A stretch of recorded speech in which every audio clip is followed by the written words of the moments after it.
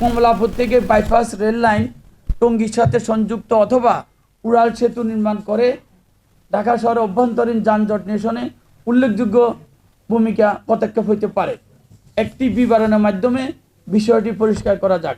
প্রতিদিন কমলাপুর থেকে বিভিন্ন সময় বিভিন্ন জেলার উদ্দেশ্যে কমপক্ষে 52টি কম বেশি ট্রেন ছেড়ে যায় এবং 52টি কম বেশি ট্রেন প্রবেশ করে।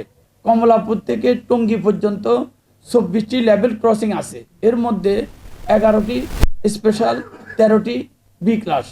11টি কন্ট্রোল করে স্টেশন মাস্টার আর 13টি কন্ট্রোল করে গেটম্যান। 11টিতে সময় লাগে 10 থেকে 11 মিনিট, 13টিতে সময় লাগে 6 থেকে 7 মিনিট।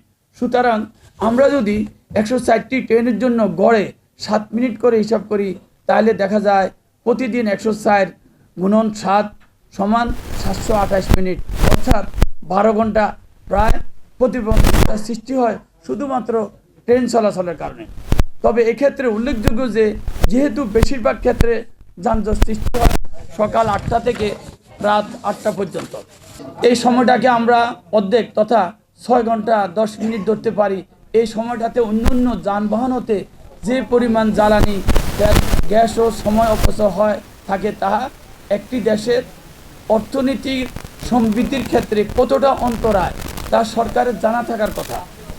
তাই আমার পরামর্শ মোতাবেক যদি কমলাপুর থেকে টঙ্গী পর্যন্ত বাইপাস রেলপথ অথবা উড়াল সেতু নির্মাণ করা হয়, এই সমস্যা অনেকাংশে লাঘব হবে বলে আমি আশাবাদী।